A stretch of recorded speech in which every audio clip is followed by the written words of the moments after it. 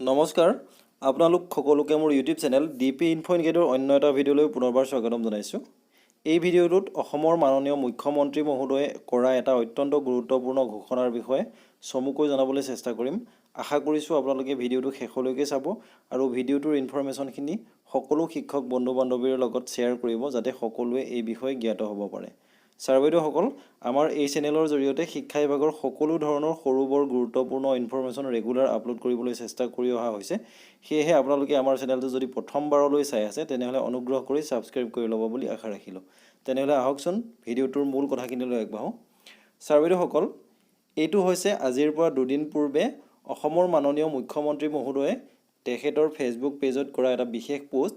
ইয়াত লিখিছে, শিক্ষা হৈছে আমাৰ শিক্ষাৰ্থী আৰু দেশৰ ভৱিষ্যত গঢ়ি তোলাৰ বাবে আধাৰ। আমি আন্তৰিকতাৰে বিচাৰোঁ যে শিক্ষা বিভাগত কোনো খালী পদ থাকিব নালাগে।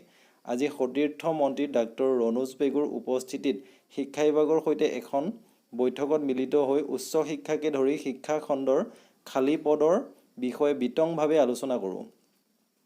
2022ৰ ভিতৰত খালী পদবোৰ দ্ৰুততাৰে পূৰণ কৰাৰ বাবে ব্যৱস্থা গ্ৰহণৰ পৰামৰ্শ প্ৰদান কৰিছোঁ। ইয়াৰ লগতে প্ৰশাসনিক বিষয়সমূহৰো বুজ লওঁ।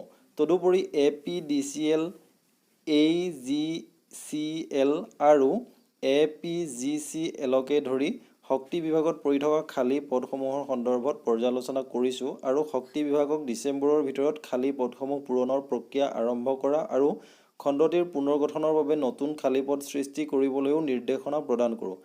বৈঠকত সতীৰ্থ মন্ত্ৰী শ্ৰী নন্দিতা গাৰ্লুচা, শ্ৰী জয়ন্ত মল্ল বৰুৱাও উপস্থিত আছিল। ধন্যবাদ।